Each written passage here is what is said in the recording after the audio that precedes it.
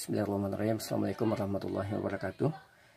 Kita lanjutkan materi kita mengenai sistem telekomunikasi digital. Sebelumnya akan kita jelaskan bahwa ada dua istilah, sistem telekomunikasi analog dan sistem telekomunikasi digital. Nah, sebelum kita memasuki kedua sistem telekomunikasi ini, kita perkenalkan dulu sinyal. Sinyal juga dibedakan menjadi dua, yaitu sinyal analog dan sinyal diskrit atau digital. Sinyal dikatakan analog jika sinyal tersebut bernilai kontinu.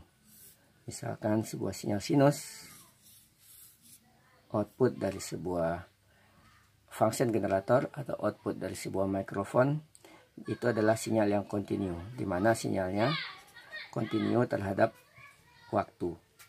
Banyak sekali sinyal analog yang kita temui secara praktis, yaitu sinyal suara, termasuk sinyal gambar.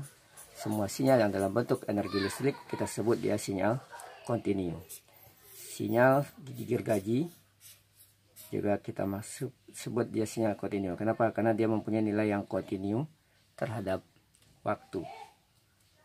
Jadi semua sinyal yang dalam bentuk energi listrik, termasuk sinyal persegi, ini adalah sinyal kontinu.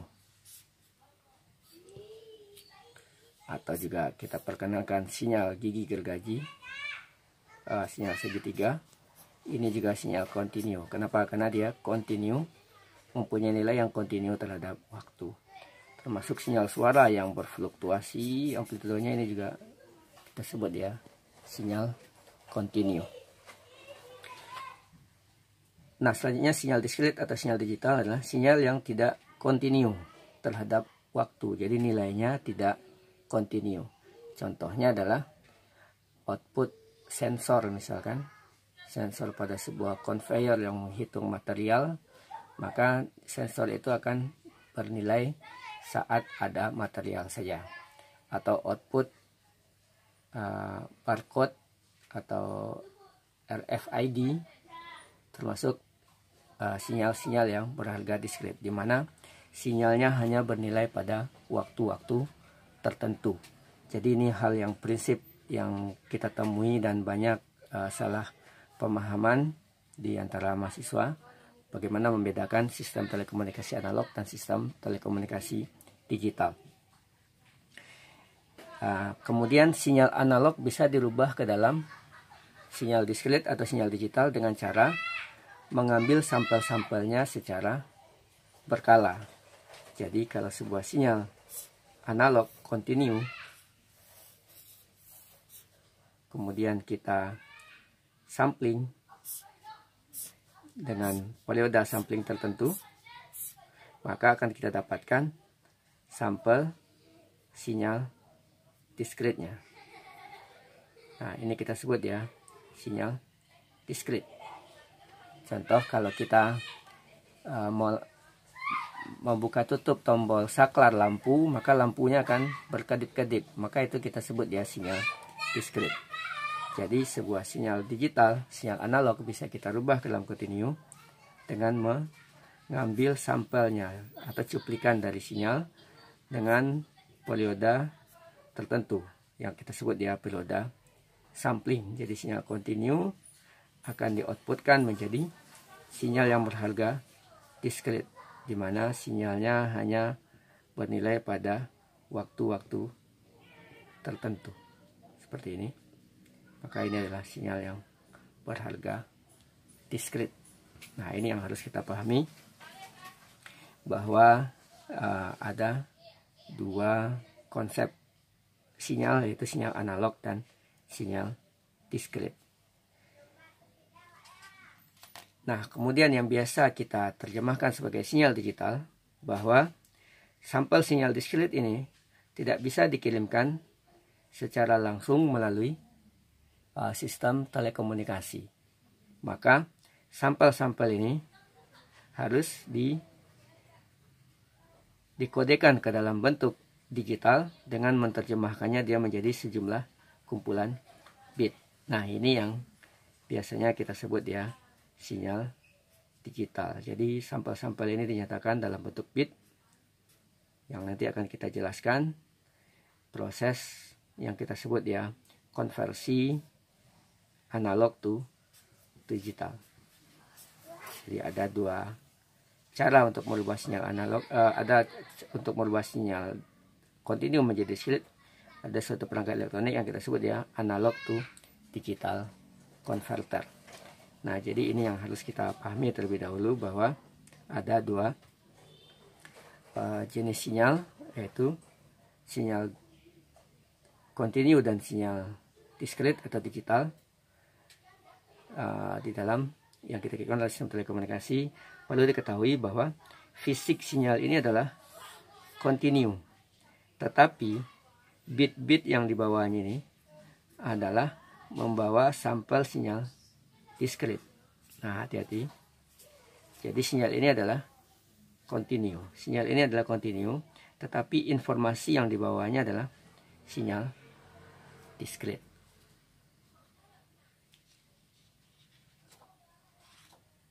Nah, secara ringkas kita akan jelaskan konsep dari konversi analog ke digital, analog to digital converter, dan digital to analog converter. Jadi ada 3 tahapan dalam konversi analog ke digital. Pertama adalah proses sampling.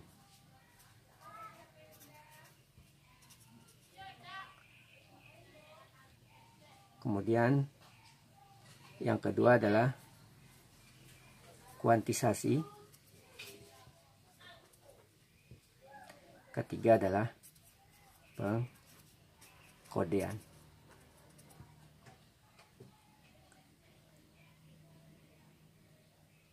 Nah, secara sederhana kita akan tunjukkan bahwa proses sampling adalah, kalau saya gambarkan sebuah sinyal analog,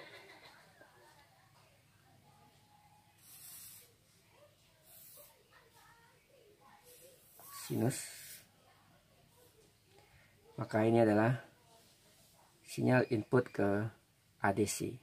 Jadi pada ADC kita inputkan sinyal analog, sinyal kontinu, dan keluarannya adalah dalam bentuk bit, dikodekan ke 10.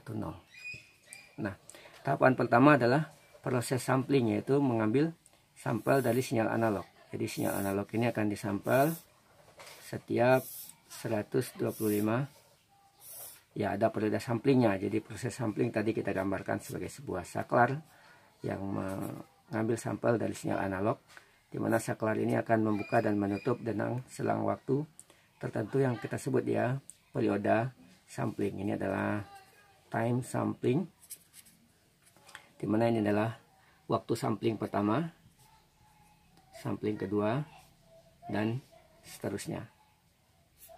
Nah, inilah kita sebut ya proses sampling. Sampling yang pertama adalah saat sampling 0. Ini adalah sampel pertama, sampel kedua, sampel ketiga, sampel keempat, dan seterusnya. Nah, kemudian nilai sampel ini selanjutnya dikuantisasi. Jadi, karena sinyal ini akan berfluktuasi, sinyal informasi, maka sinyal sampel ini bisa jatuh di nilai yang berapa saja, sehingga nilainya akan besar sekali, sehingga tidak semua nilai sampel yang kita kodekan, tetapi adalah nilai kuantisasinya. Maka selanjutnya proses kuantisasi itu menentukan nilai kuantisasi tertentu. Misalkan ini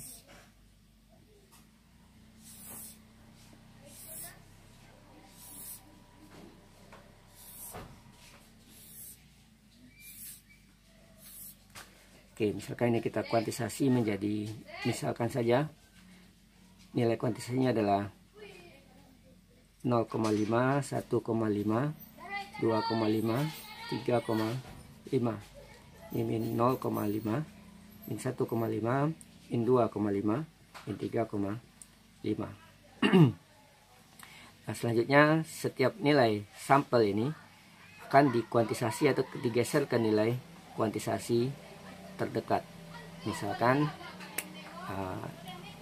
ini misalkan terdekat ke 0,5, maka dia akan dikuantisasi ke nilai ini.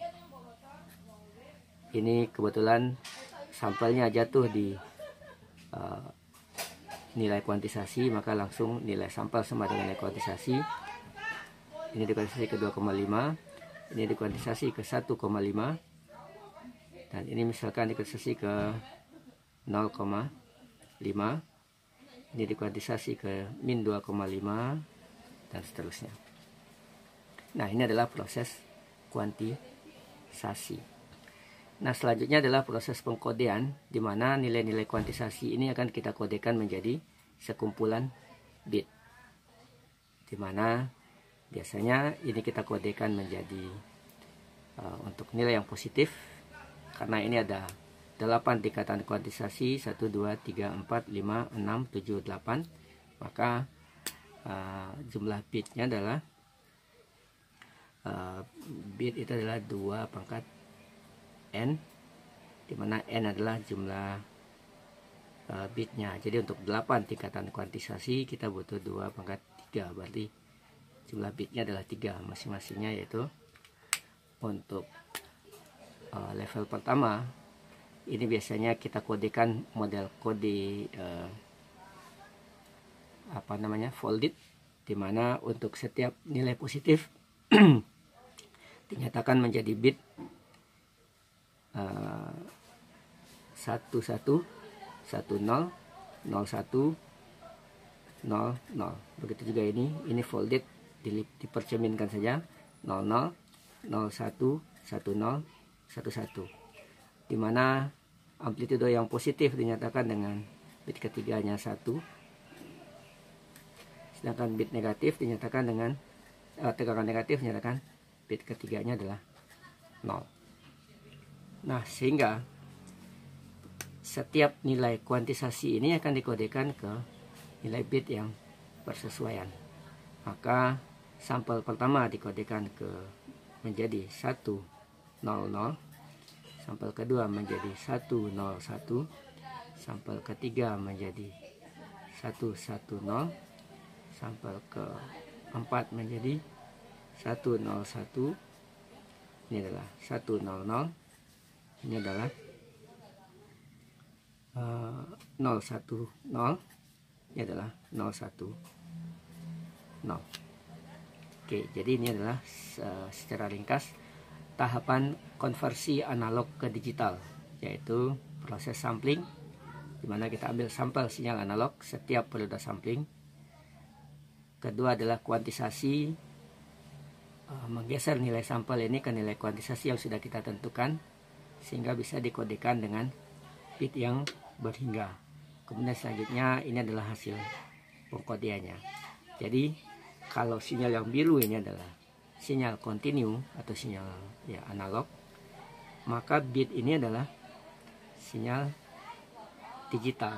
Artinya apa? Setiap bit ini membawa nilai sampel tertentu. Misalkan ini adalah 0,5, 1,5, 2,5, 1,5, dan seterusnya. Jadi walaupun ini nanti di outputkan dalam bentuk besaran listrik, di mana ini bit 1 dinyatakan dengan tegangan positif, bit 0 dinyatakan dengan tegangan 0. Jadi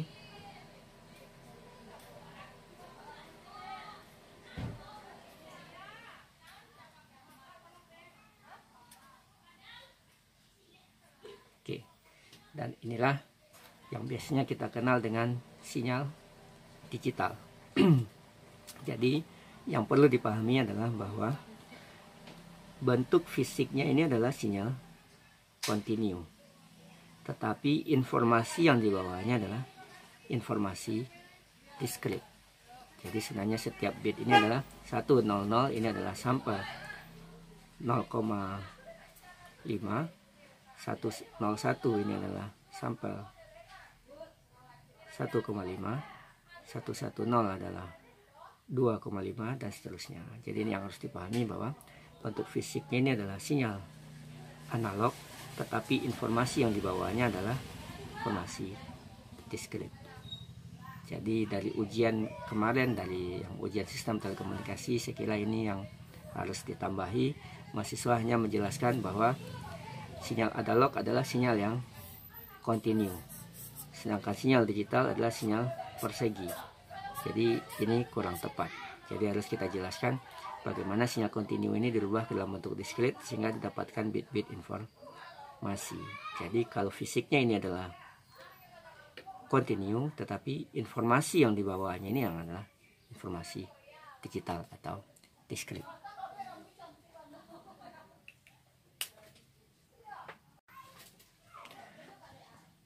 Selanjutnya, kalau di dalam sistem telekomunikasi analog kita menggunakan frekuensi informasi FM sebagai frekuensi informasi, sedangkan di dalam sistem digital kita mengenal istilah simbolnya adalah FB, yaitu frekuensi bit. Kalau ini frekuensi modulation, ini adalah frekuensi bit, atau tepatnya adalah kecepatan bit, atau kita kenal istilah bit rate. Oke, nah sedikit yang perlu kita jelaskan bahwa jika ADC mempunyai kecepatan sampling fs yang sudah sering kita gunakan adalah 8000 Hz. Ini standar PCM. Dalam arti kata periode samplingnya adalah 1/fs, yaitu 125 mikrosecond. Maka jika kita menyampel sinyal analog seperti ini tadi, maka dalam 1 detik kita dapatkan 8000 sampel. Artinya adalah 8000 sampel per detik. Nah, kemudian jika kita kodekan masing-masing sampel ke 8 bit misalkan, maka 8000 kali 8, maka kita dapatkan 64.000 bit per detik. Nah, jadi ini yang perlu kita ketahui, bahwa sinyal analog dengan input adalah FM, kemudian masuk ke dalam ADC dengan kecepatan sampling 8000, maka dihasilkan kecepatan 64 kbps, kilobit per detik. Jadi kecepatan bit outputnya ini adalah 64 kbps. Kemudian sedikit yang kalau di dalam modulasi analog kita menggambarkan bahwa spektrumnya adalah FC, ini adalah FC tambah FM, FC kurang FM, maka kita jelaskan hubungan antara sinyal analog dan sinyal digital bahwa ini adalah dalam bentuk bit. Maka di dalam sinyal digital atau dalam bentuk bit, kita menjelaskan bahwa sebuah sinyal bit ini mempunyai kita istilahkan frekuensi fundamental. Jadi dalam praktek awal kita sudah jumlahkan beberapa buah sinyal sehingga membentuk sinyal persegi. Nah, sinyal pertama ini adalah, kita ingat bahwa sebuah sinyal sinus ditambahkan dengan sinyal yang lebih kecil, frekuensinya lebih besar, amplitude lebih kecil, maka akan dihasilkan sinyal. Nah, sinyal yang pertama ini kita sebut dia sinyal dengan frekuensi fundamental. Nah, jadi ini biasanya kita simbolkan dengan periode fundamental, kita simbolkan dengan FA. Sementara periode bit adalah periode bit, time bit. Sehingga kalau ini adalah TA, periode fundamental, maka TA itu sama dengan 2 TB. Kalau FA adalah seper TA, maka FA itu adalah seper 2 TB, atau kita kenal dia seper TB. Ini adalah kecepatan bit tadi. Jadi seper TB yaitu FB per 2. Jadi akan sering kita ketemui nanti di praktek di buku lebih lanjut bahwa kecepatan frekuensi fundamental itu adalah FB per 2, di mana FB ini adalah kecepatan bit. Ini sama dengan ini. Ini adalah FB, di mana FB ini setara dengan 2 FA. FB sama dengan 2 FA atau 2 frekuensi fundamental dari sinyal informasi.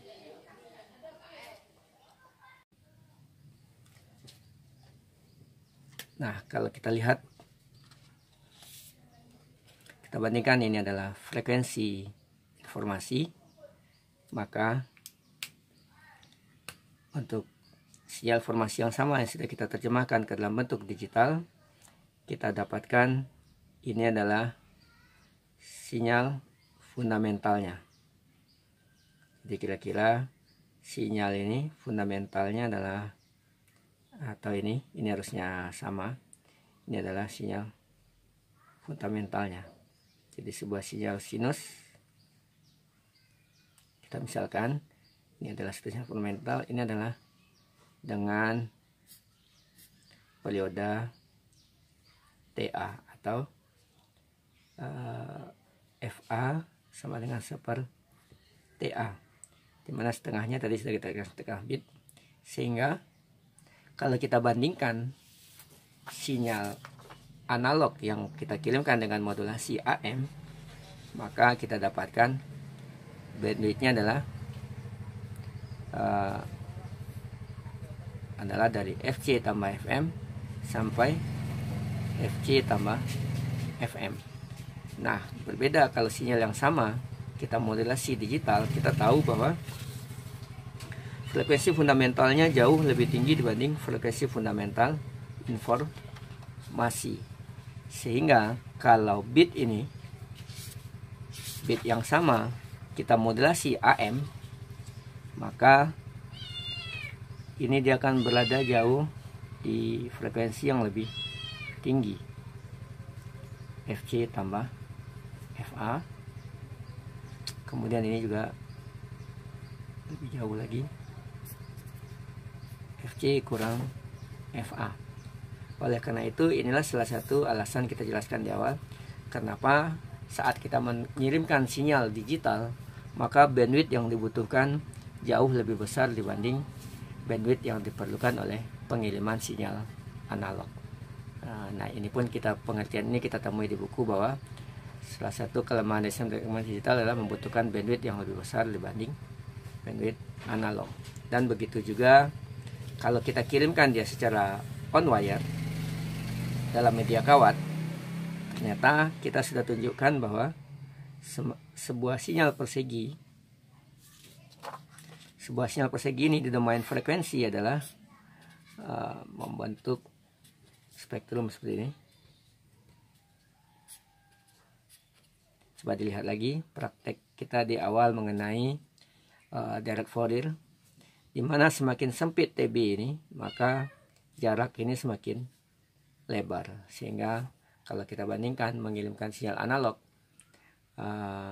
yang membutuhkan bandwidth analog hanya dari 300 sampai 3400 Hz untuk bicara telepon, ternyata untuk sinyal yang sama yang telah dikonversi ke dalam bentuk digital nanti akan membutuhkan bandwidth yang jauh lebih besar dari ini. Kenapa? Karena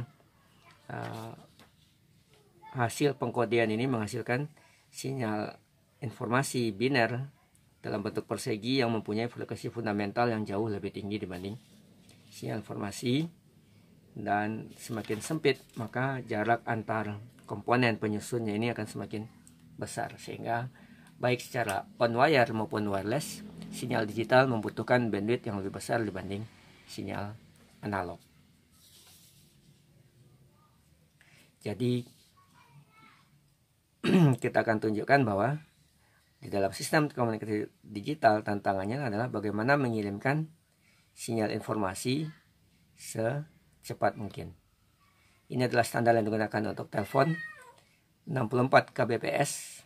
Nah, bagaimana Anda menelpon suaranya dengan kecepatan 64 kbps itu sudah cukup real time, suaranya tidak terputus-putus. Tetapi untuk pengiriman video atau data yang lain yang berkapasitas besar, tentu kita tidak cukup dengan kecepatan saluran hanya 64 kbps. Untuk video misalkan, ini tentu akan tidak cukup. Jadi concern kita salah satu sistem telekomunikasi digital adalah mengenai bagaimana transmisi bit secepat mungkin dan seminimal mungkin terjadi kesalahan. Selanjutnya kita akan masuk sistem telekomunikasi analog dan sistem telekomunikasi digital. Sistem telekomunikasi disebut sistem telekomunikasi analog jika sinyal informasi yang kita kirimkan adalah dalam bentuk analog atau kontinu. Contoh, sinyal suara yang dirubah dengan mikrofon itu akan menghasilkan sinyal listrik yang kontinu, sehingga ketika kita kirimkan sampai di penerima, nah ini kita sebut ya sistem telekomunikasi analog. Jadi sinyal informasi analog dikirimkan dalam media transmisi sampai di penerima, kemudian sinyal yang sampai di penerima ini dikembalikan lagi ke dalam bentuk informasi. Untuk yang pertama kita sebut dia on wire. Untuk ini adalah wireless. Nah, tanpa kawat maka kita lakukan proses modulasi. Kita sudah perkenalkan ada modulasi AM, FM, PM. Nah, ini juga sinyal informasi dalam bentuk analog dimodulasi dengan sebuah sinyal carrier,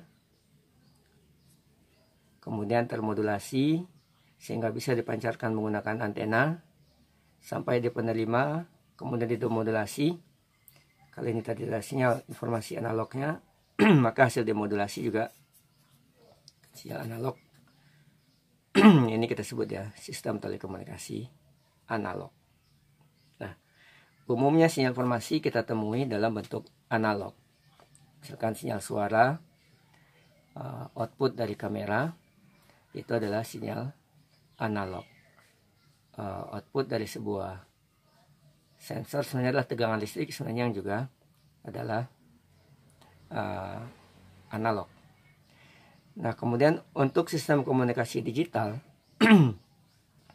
apabila sinyal informasi yang kita kirimkan itu dalam bentuk digital. Apa informasi digital? Informasi yang langsung dalam bentuk digital, misalkan saat kita mengetik SMS, maka tegangan yang dihasilkan oleh keyboard atau touch itu tegangannya langsung diterjemahkan ke dalam bentuk ASCII dan dalam bentuk digital. Nah, ini kita misalkan sebagai sinyal yang langsung dibangkitkan dalam bentuk digital. Sinyal keyboard atau sebenarnya output dari keyboard itu juga masuk harusnya ke sebuah ADC dulu, dikonversikan ke dalam bentuk digital. Nah, terkadang sinyal informasi yang seperti dijelaskan tadi bahwa umumnya dalam bentuk analog. Sinyal suara ini aslinya adalah analog dan diterima harus dalam bentuk analog. Nah, jika ingin mengirimkannya secara digital, maka sinyal analog harus dirubah dulu ke dalam bentuk digital. Ini analog dirubah ke dalam bentuk bit, lalu dikirimkan sampai di penerima, kemudian diterjemahkan lagi dalam bentuk analog, kemudian diterima sebagai informasi analog lagi. Nah, sistem ini kita sebut dia sistem digital. Kenapa? Karena sinyal informasi dikirimkan secara digital atau secara diskret. Sampel sinyal diskretnya dibawa oleh bit yang dalam bentuk tegangan listrik persegi sampai di penerima, kemudian ini terjemahkan lagi dikembalikan lagi ke dalam bentuk analognya, kemudian sampai di penerima. Nah, begitu juga dengan proses modulasi wireless, berarti sinyal informasi analog dirubah dulu ke dalam bentuk digital. Nah, bedanya adalah ini. Kalau tadi kita memodulasi sinyal informasi analog, di sini kita memodulasi sinyal informasi digital. Di mana konsepnya sama, bedanya hanya sinyal inputnya adalah, informasinya adalah sinyal bit persegi, sinyal persegi yang merupakan bit-bit informasi pengkodian dari sampel sinyal analog. Nah, ada 3 juga. Untuk AM digital itu kita sebut dia ASK, FM digital itu kita sebut dia FSK, PM digital itu kita sebut dia PSK. Nah, ketiga modulasi inilah yang akan kita bahas di bab berikut. Sehingga sinyal ini akan dimodulasi sampai diterima, dimodulasi lagi, didapatkan sinyal digitalnya, kemudian dikembalikan lagi dalam bentuk analog. Nah, inilah perbedaan sistem analog dan sistem digital. Berikutnya yang selalu kita tanyakan di ujian, kenapa penerimaan sinyal analog lebih baik dibanding sinyal digital? Maka dapat kita jelaskan bahwa ketika kirimkan sinyal analog,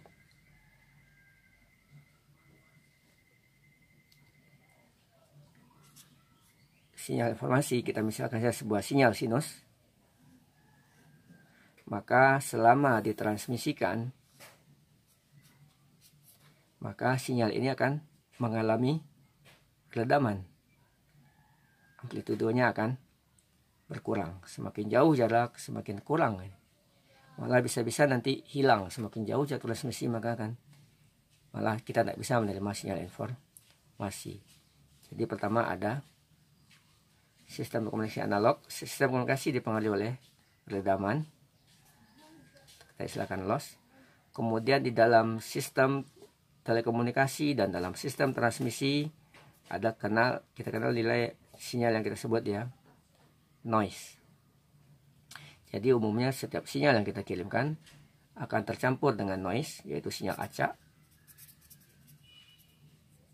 sehingga sinyal sampai di penerima ini setelah mengalami redaman juga akan mengalami gangguan noise. Nah, sehingga sinyal yang kita terima adalah sinyal yang mengandung noise. Dan ini sudah kita tunjukkan di praktek bahwa walaupun sinyalnya frekuensinya, tetapi noise menyebar di seluruh pita frekuensi, sehingga noise ini tidak mungkin kita hilangkan. Jadi kelemahan dari sistem telekomunikasi analog adalah sangat rentan terhadap noise. Begitu juga dengan sistem telekomunikasi tanpa kawat menggunakan modulasi.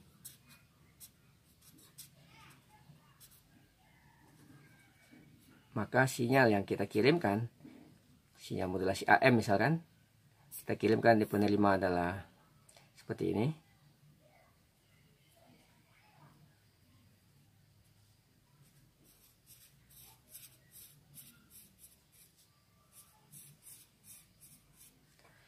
Kemudian sampai di penerima, sinyal ini juga akan mengalami redaman, juga akan mengalami noise. Nah, sampai di penerima, kemungkinan juga amplitudenya ini akan terkena noise.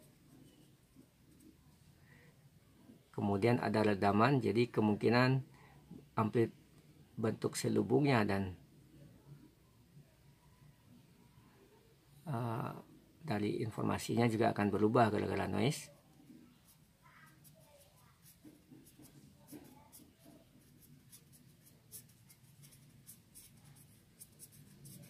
Sehingga sinyal yang diterima pun hasil demodulasinya, ini adalah satu antena, maka hasil demodulasinya juga sinyal yang mengalami gangguan noise.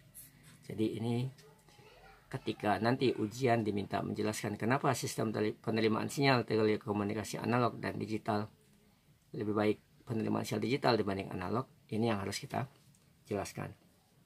Nah, bagaimana dengan sistem telekomunikasi digital? Bahwa sinyal informasi analog dikonversi ke dalam bentuk digital Tadi sudah kita jelaskan. Pertama, sampel-sampelnya ini akan disampel.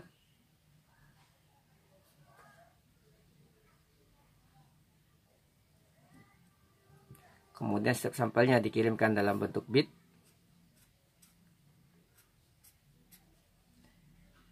Kemudian dikirimkan dalam sistem on wire misalkan. Maka sinyal ini juga akan mengalami redaman dan juga mengalami noise.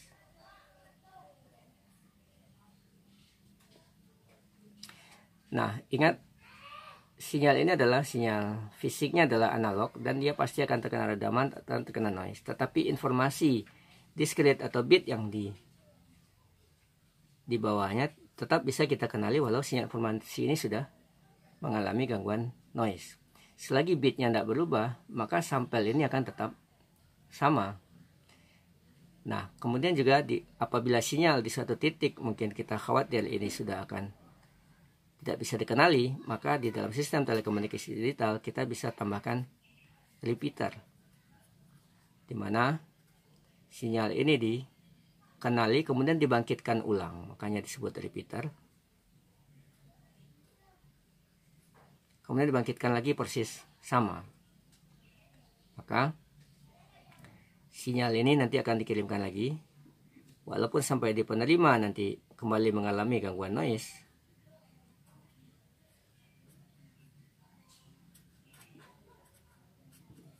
Tetapi bedanya adalah kalau ini adalah sinyal yang diterima itu yang kita proses menjadi sinyal informasi.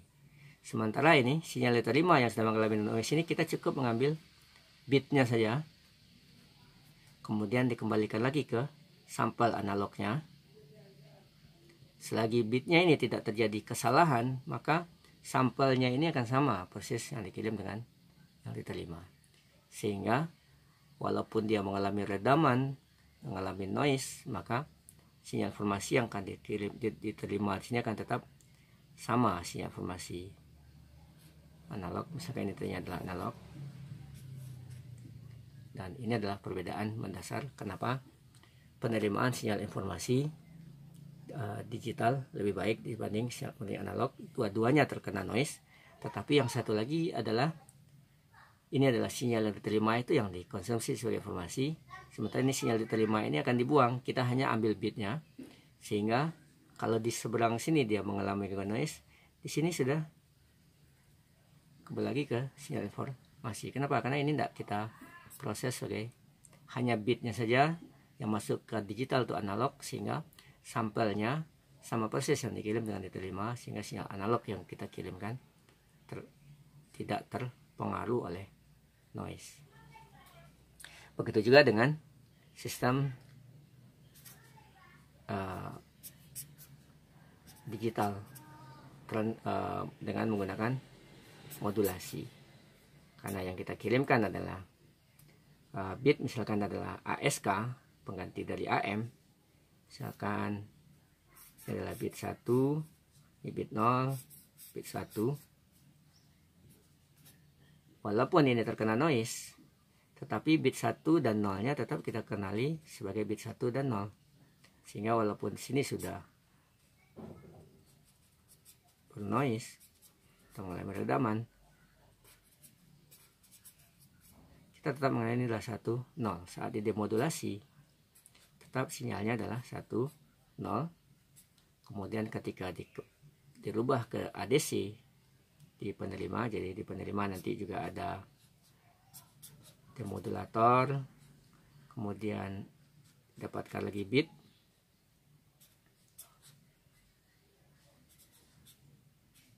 maka sinyal informasinya sama baiknya yang dikirimkan dengan yang diterima. Kenapa? Karena sinyal informasi yang bernoise ini kita hanya deteksi bit 1 dan 0-nya, bukan berbeda. Selubungnya ini yang, kalau untuk sinyal AM, selubungnya ini yang selubung yang bernoise ini yang kita konsumsi sebagai informasi. Tetapi ini hanya 1 0-nya saja. Walaupun sinyal terkena noise, 1 0-nya tidak akan, bit informasi yang dibawa yang membawa sampel sinyal analog tidak terpengaruh oleh noise, sehingga maka disebut sistem telekomunikasi digital itu kebal terhadap noise. Jadi ini tolong dicatat biar ingat saja. Jadi kita kasih warning ini adalah soal ujian, dan biasanya mahasiswa ketika mendapatkan soal langsung googling di internet sehingga jawabannya tidak sedetail yang kita jelaskan ini. Dia menjawab kebal terhadap noise, tapi tidak menjelaskan kenapa kok kebal terhadap noise.